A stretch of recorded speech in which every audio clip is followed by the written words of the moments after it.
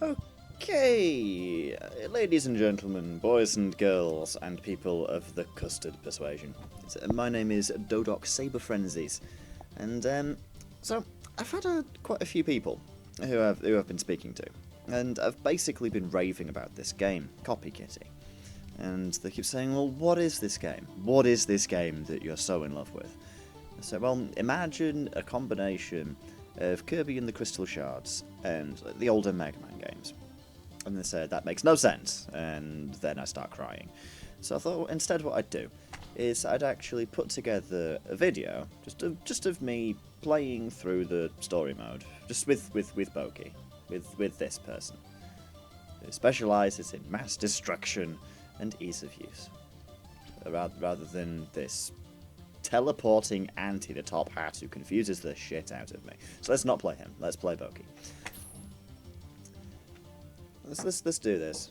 Let's see if we can see if we can shed some light on this. So there's a special birthday delivery for Boki, and she has no idea what it is.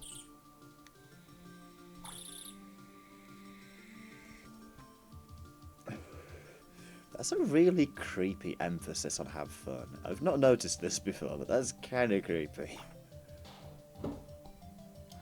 Casual abuse of doors there. And Flux. It's a military training program.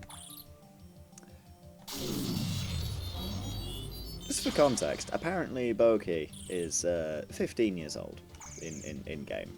So yes, Savant, you teleporting and bastard. So yeah, so it's essentially, yeah, Boki can just copy things. That is the entire point of what she can do. So obviously, standard platforming controllers, you can jump. You can actually jump surprisingly high, and yeah, I've also got my controls set to something quite weird compared to normal, so.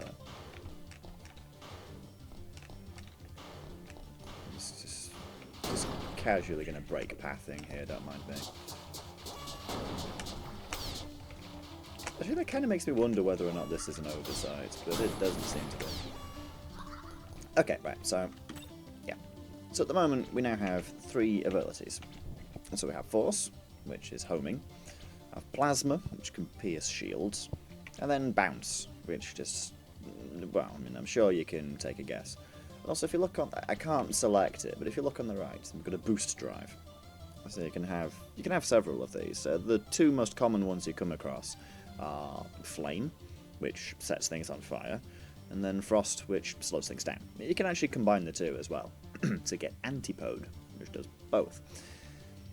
Now, if you notice, on the bottom, so obviously you've got Yuki, and then you've got Alpha Beam at the bottom, which is a combination of all 3. And it will literally just combine the properties of these 3 shots. So now if I use this Alpha Beam, I have a homing missile that bounces off walls and penetrates all shields. Which leads to things like this. Let's grab a different weapon. Let's trade out Bounce, and let's get Lightning. Which is basically just a hit scan that affects a wide area. You know, I mean, it's lightning. What are you expecting?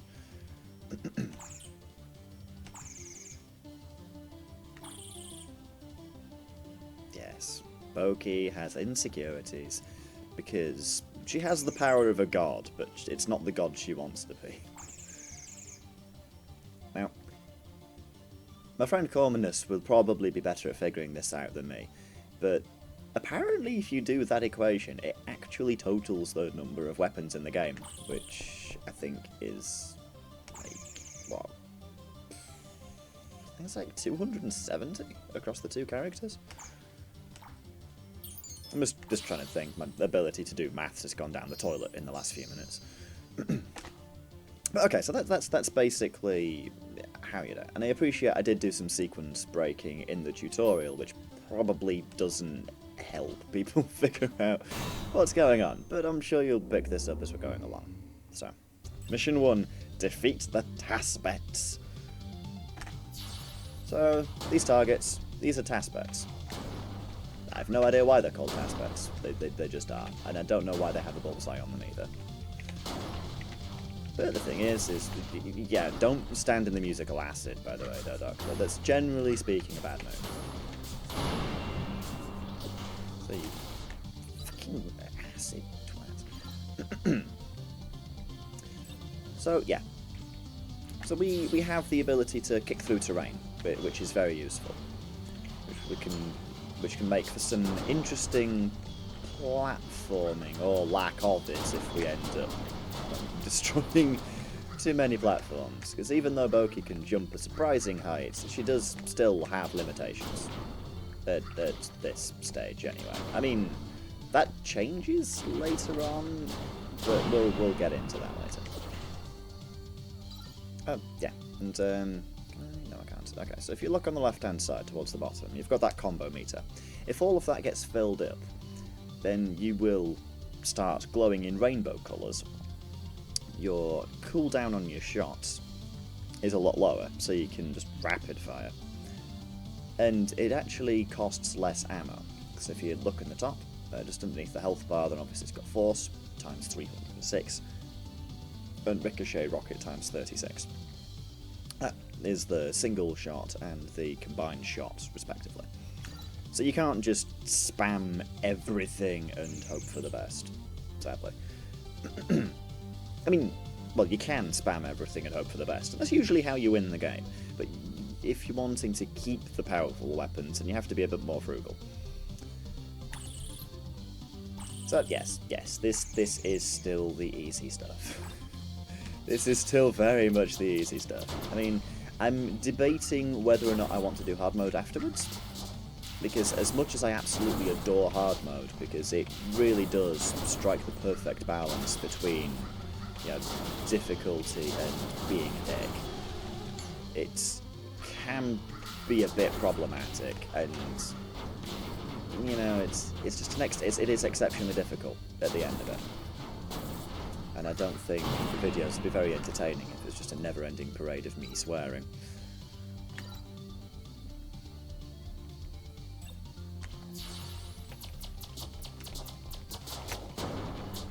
Oh, and yeah, we can dodge roll, which is exceptionally useful.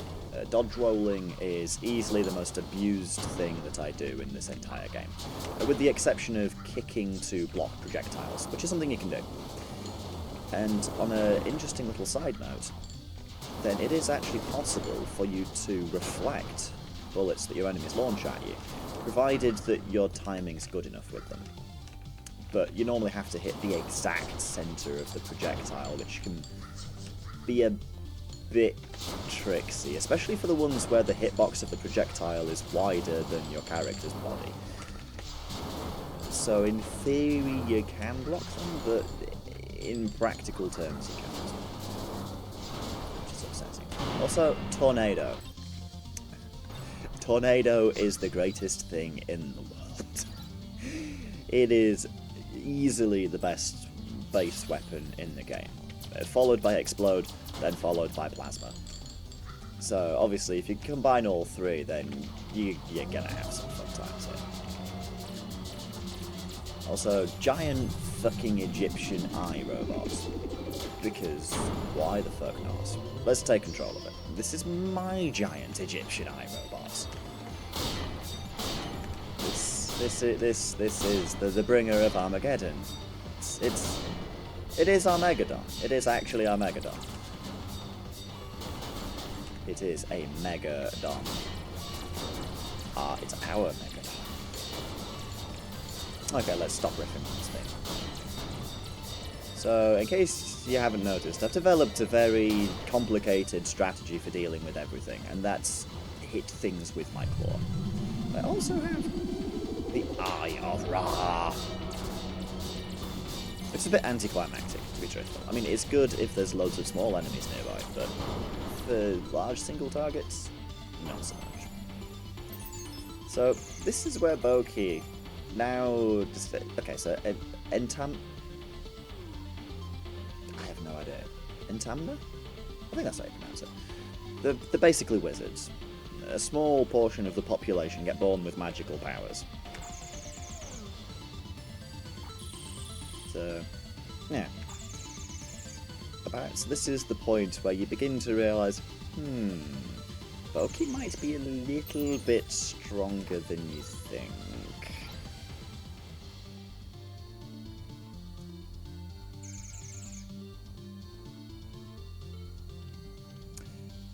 Now, I just want you to take note of that second line for a second. Locked in prison with evil rabbits.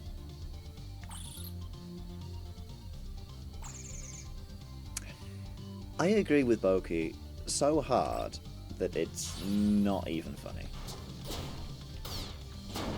So yes, we have evil rabbits. So I'm going to apparently throw grenades at them.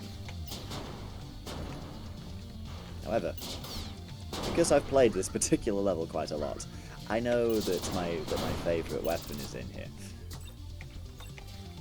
That favourite weapon being being Tornado, of course, but, you know, the reason we're here is for Atomic Flare.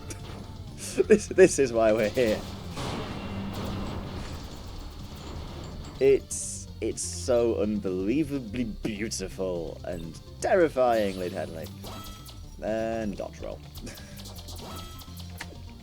Honestly, it's such a useful ability.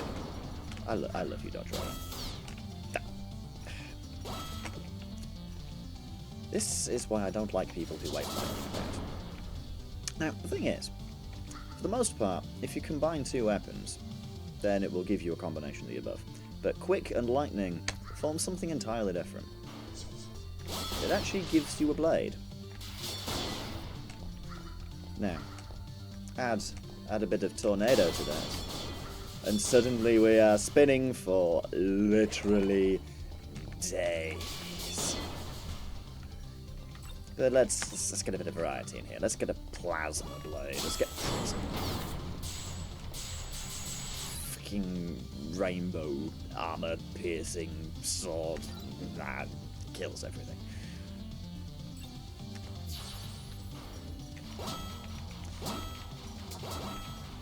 And I have no idea why they're doing this little hokey cokey on the ceiling, but that makes me smile. Okay, so now we have the Devastator. Probably one of the best weapons in the game, generally speaking. I mean, it pierces shields, it homes, it explodes. What's not to love about it, really? It's probably the most versatile weapon in the game, just because it's got a good, it's got a good reload time. It's got a good rate of fire, not a good reload time, a good rate of fire. It does a large amount of damage, and it's just generally very satisfying to use. I mean, why would you say no at this stage? I mean, Explode pierces terrain as well, so it's just got a lot of utility to it. Whereas the Cavitation Cannon, if you swap out the Force for the Lightning, then it's good, but it's got a really, really slow rate of fire. And now we're at the first boss. See, that wasn't something. So we got that weird little clockwork thing that basically combines units together. Specifically enemy units, but there aren't any friendly units in the game at all. Nothing is friendly. Oops. That was potentially a bad idea.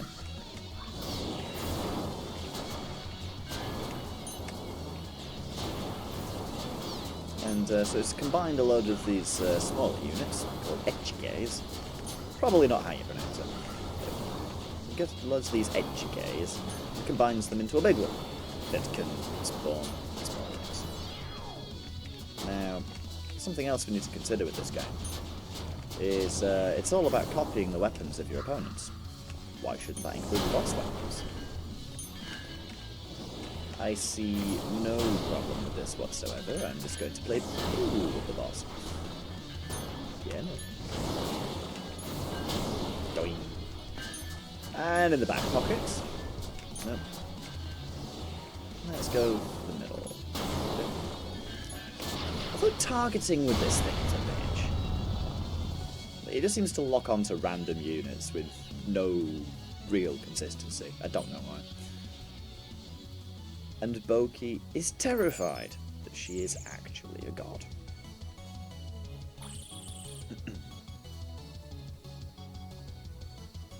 And that meowing, I understand why this happens in lore, but it's still slightly irritating.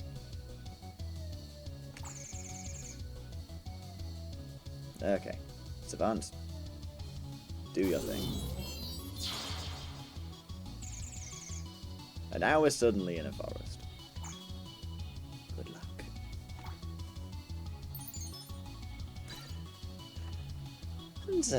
And on that note, I think we shall stop this first video here. So it's complete. I'll do them one world at a time. But obviously the pace of these videos will slow down the further on we get, because the later worlds can get a bit brutal. You'll see what I mean. So, I've been Dodoc Saber Frenzies. I will continue to be Dodoc Saber Frenzies, and hopefully you'll come back to see this continuing.